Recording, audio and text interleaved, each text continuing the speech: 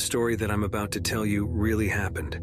These events happened in the late 80s, in Sacramento, California, but the names and details of the story have been changed to protect the privacy of the victims. Evelyn found herself standing outside the large Victorian house, nestled in the heart of Chicago. It was her new home, one chosen for her by her concerned family. Recently, Evelyn had begun showing symptoms of dementia.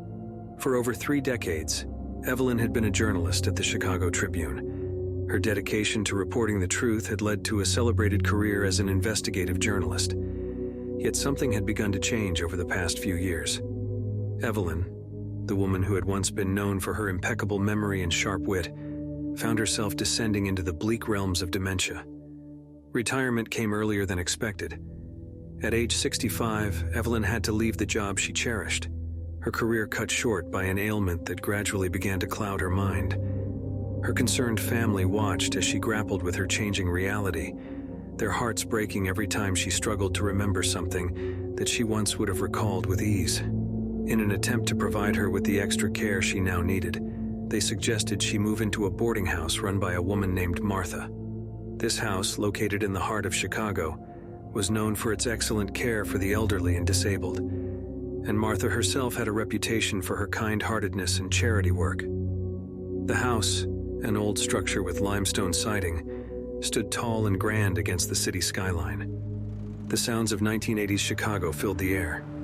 Distant traffic noises, the chatter of pedestrians, the sporadic laughter from a nearby park. As she approached, the front door opened and Martha, her new landlady, stepped out. "Welcome to your new home, Evelyn," she greeted warmly, her kind eyes brimming with sincerity. "Thank you, Martha," Evelyn replied, doing her best to mask her nervousness. Stepping inside, Evelyn was taken aback by the house's antique charm. The interior was tastefully adorned with old furniture that gave a sense of nostalgia.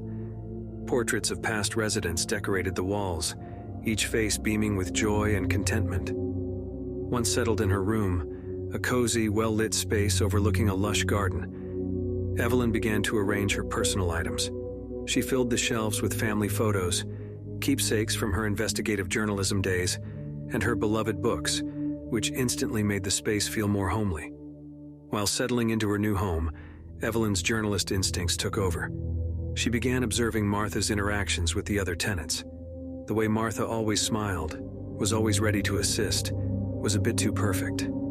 But Evelyn pushed her suspicions away, attributing them to the confusion her dementia sometimes caused.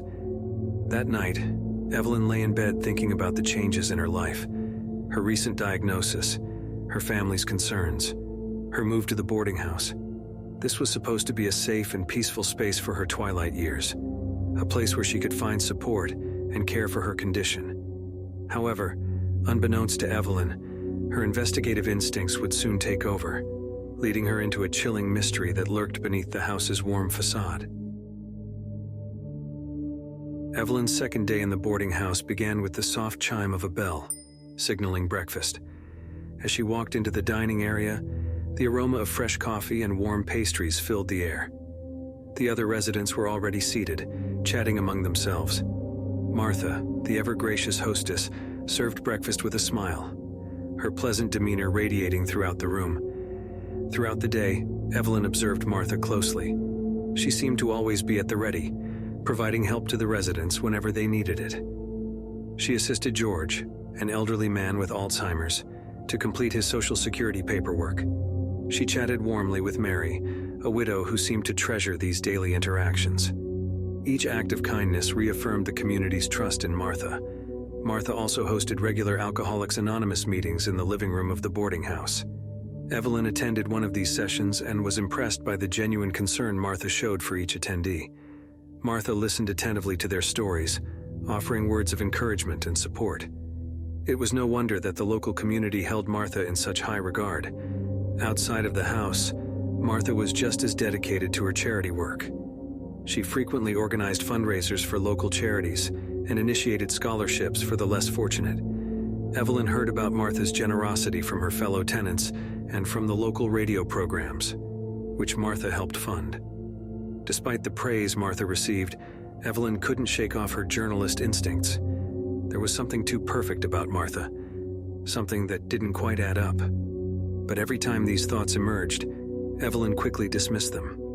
She reminded herself that her dementia could make her doubt things that were genuine. By the end of the day, Evelyn felt more at ease. The friendly atmosphere of the house, coupled with Martha's warm hospitality, seemed to dispel her initial reservations. Yet even as she settled into her new routine, she couldn't completely suppress the investigative instincts that had served her well throughout her journalistic career. Evelyn went to bed that night with a mind full of thoughts. On the surface, Martha's boarding house appeared to be a haven for those needing care and support. But beneath this veneer of comfort and kindness, Evelyn couldn't shake off the feeling that something was amiss. And that feeling, she knew, was something she couldn't ignore. As the days turned into weeks, Evelyn adjusted to her new life at the boarding house. Morning breakfasts were spent in cheerful company, and her afternoons were filled with books and occasional strolls in the garden. Throughout this time, her observation of Martha continued, a habit she couldn't seem to shake off. One day, Evelyn noticed something peculiar. Martha often visited the residents with trays of pills, saying they were required for their health. Evelyn, too, was given medication for her dementia, and Martha recommended increasing the dose to help with her symptoms. This wasn't out of the ordinary. After all, most residents were elderly with their own health conditions. But there was something in Martha's insistence that didn't sit right with Evelyn. Then there were the disappearances. Once in a while, a resident would stop showing up for meals. When questioned, Martha would explain that they had moved away or had been taken to a medical facility for better care. But no goodbye messages, no visible preparations for moving out. They simply vanished. It was one such disappearance that really troubled Evelyn. Her friend Agnes, an elderly woman with a contagious laugh, had suddenly stopped coming to breakfast. Martha said Agnes had moved to a care home that specializes in arthritis treatment. But Agnes had seemed perfectly fine to Evelyn the last time they had talked, her spirits high and her laugh just as hearty. Evelyn decided to speak to the other residents about this. To her surprise, she found that she wasn't the only one feeling uneasy. Several other residents shared similar doubts, but they were all hesitant to voice them, their respect and affection for Martha overshadowing their concerns. Haunted by her findings, Evelyn tried to confront Martha, but Martha dismissed her worries, attributing Evelyn's suspicion to her dementia. "Evelyn, dear, you're getting confused. These pills are for your good, and Agnes is better off in a place that can take care of her needs," Martha had said, her voice laced with a kindness that seemed almost forced. That night, Evelyn lay in bed, her mind whirring with confusion and doubt. She felt torn between the reassurance Martha provided and the strange occurrences she couldn't ignore. The journalist in her screamed for answers, yet the dementia made her question her own judgment. As she drifted off to sleep, one thought remained in her mind. Was this place truly the safe haven it claimed to be? Or was it concealing something far more sinister? Weeks flowed into months, and the feeling of unease within Evelyn only grew. The boarding house that once felt comforting now seemed to echo with unspoken secrets. Her suspicion towards Martha solidified when another resident, Frank, a quiet man who loved to paint, mysteriously vanished. Just like Agnes, Frank had seemed fine one day and was gone the next. Martha's explanation was the same: a sudden relocation to a facility better equipped to handle his health needs. This pattern was becoming too repetitive to dismiss. Evelyn couldn't push away her growing dread that something sinister was going on. Her investigative instincts took over. She started spending her days subtly questioning her fellow residents. Many of them, too, had noticed the strange disappearances and Martha's insistence on increasing their medication dosage. Late at night, Evelyn often heard noises from the garden. The sound of digging resonated against the quiet backdrop of the sleeping house. Evelyn would peer from her window and see Martha working diligently in her garden. Why would someone garden at such odd hours, Evelyn thought. The sight of Martha's silhouette against the moonlit garden added to her apprehension. Despite her dementia, which seemed to be getting worse, Evelyn kept notes about her observations, a throwback to her journalism days. She documented everything: the dates of the residents' disappearances, the increasing frequency of medication administration, and Martha's late-night gardening. Evelyn's doubts turned into fear when she found a small wooden cross in the garden, half buried in the freshly turned soil. It resembled a makeshift grave, increasing her suspicion that something wicked was happening within the house's walls. Martha's actions grew more suspicious. She began receiving a significant amount of mail, most of them official-looking letters that Evelyn guessed were from the government.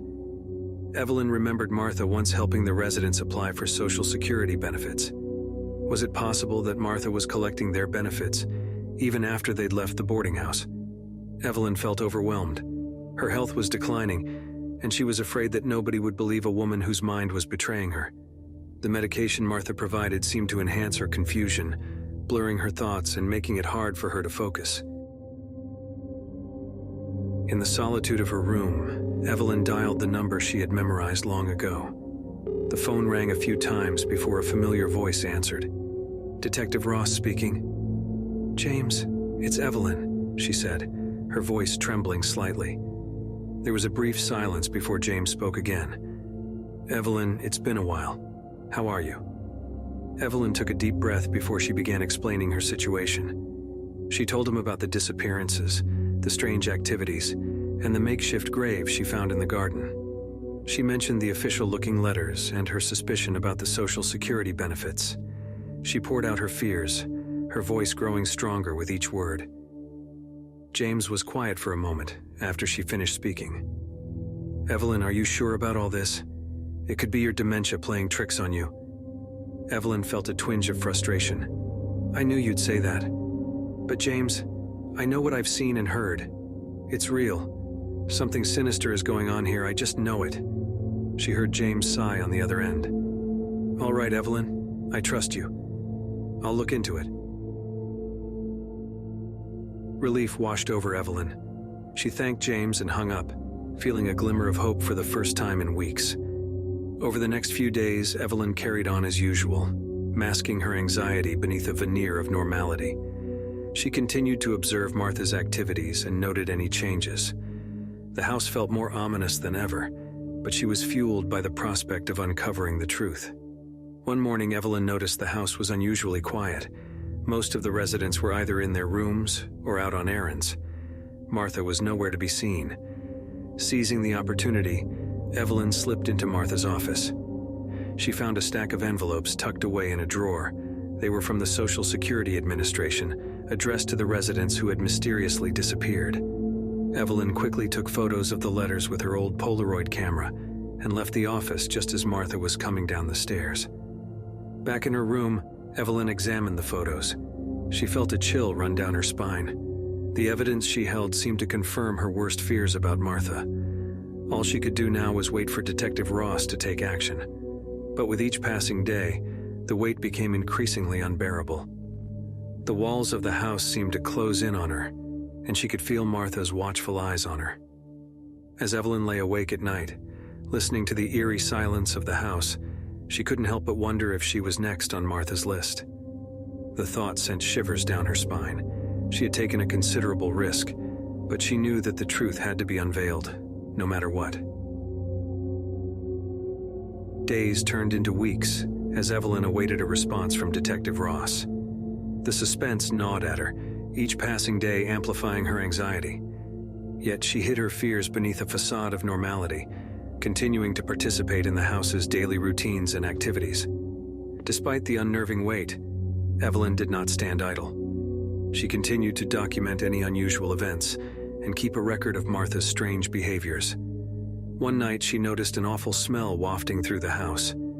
It was coming from one of the locked rooms upstairs, a room Martha had always kept off limits to the residents. Evelyn couldn't help but connect this to the mysterious disappearances. She also noticed that Martha was spending more time in her garden, often late into the night.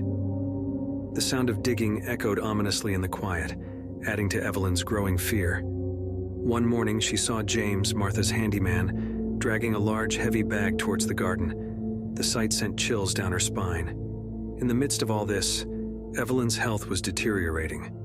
Her dementia symptoms were becoming more pronounced, and she often found herself struggling to remember details. However, she persisted, clinging to her conviction and relying on her journalist instincts. Finally, Detective Ross came to visit the boarding house. Martha welcomed him with her usual charm, unaware of his true intent. He told Martha he was there for a routine check, a part of the city's new safety initiative for elderly homes. Martha seemed to buy his story. After his tour, Ross met with Evelyn privately. She handed him the photos she had taken of the Social Security letters. His expression hardened as he looked through them, finally acknowledging the gravity of Evelyn's claims. He promised to expedite the investigation. The detective's visit marked a significant shift in the atmosphere of the house. A sense of impending doom hung in the air, palpable even to the unsuspecting residents. The wait for justice was nearing its end, and Evelyn couldn't help but feel a mixture of relief and terror.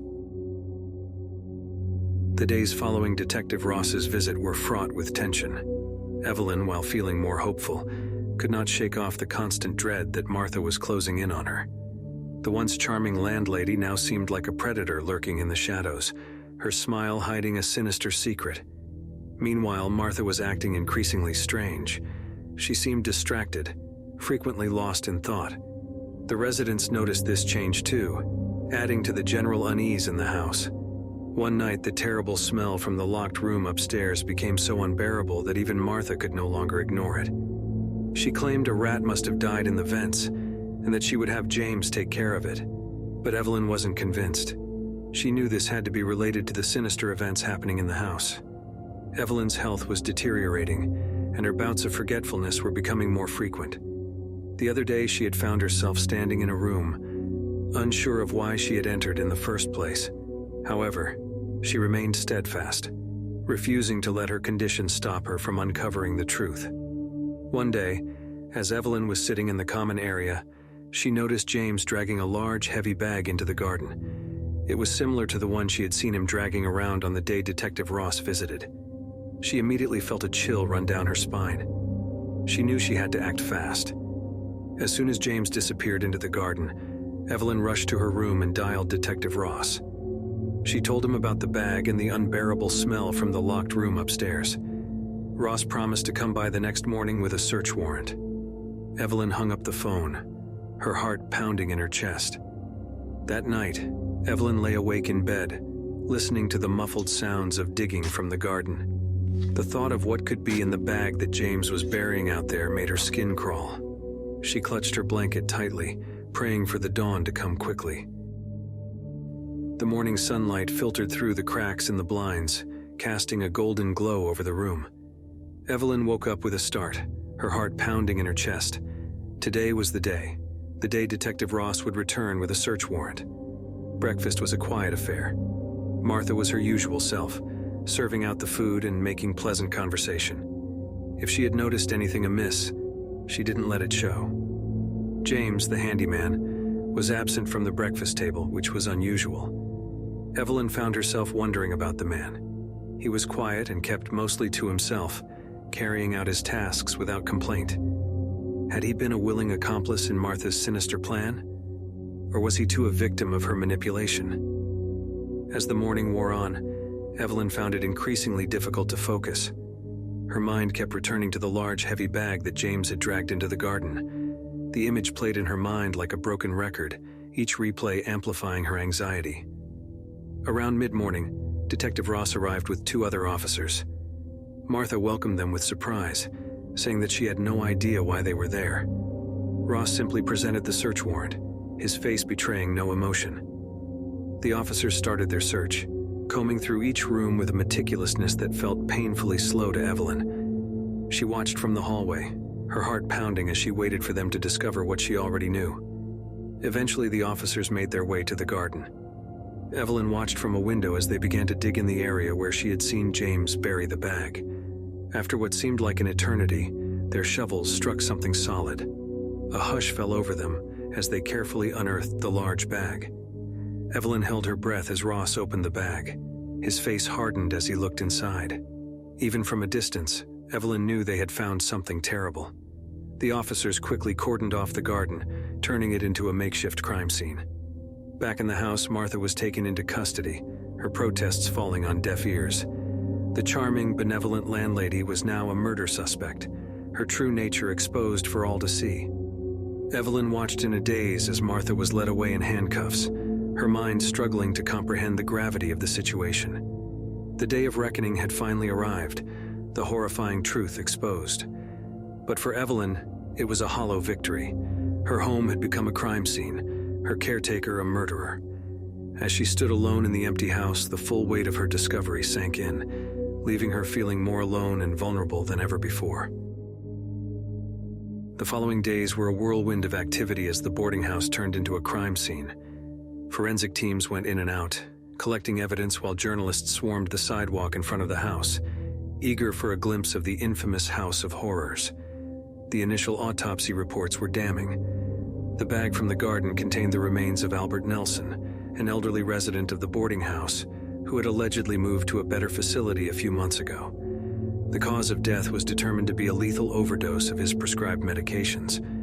Meanwhile, the police discovered detailed records in Martha's room. She had been meticulously documenting the health of each resident, their medication schedules, and even their financial information. It was a chilling insight into the mind of a predator who had been hunting right under their noses.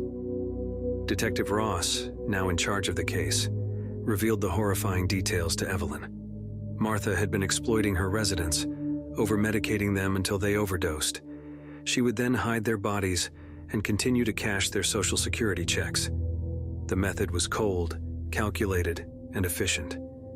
By targeting the elderly and infirm, Martha had chosen victims who wouldn't be missed.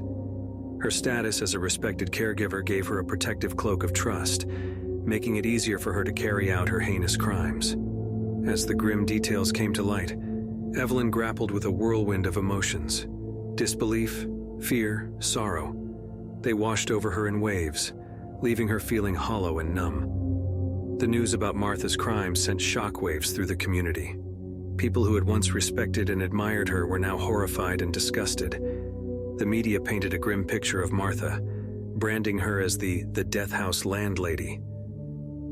As Evelyn navigated through the chaos of the investigation, she realized the fight wasn't over. Martha's trial was still to come, and Evelyn vowed to do everything in her power to ensure justice was served. In the heart of Chicago, the courthouse buzzed with anticipation. Outside, the press flocked, capturing every passing moment, their fervor palpable. Inside, seated amidst a sea of anxious faces, Evelyn waited.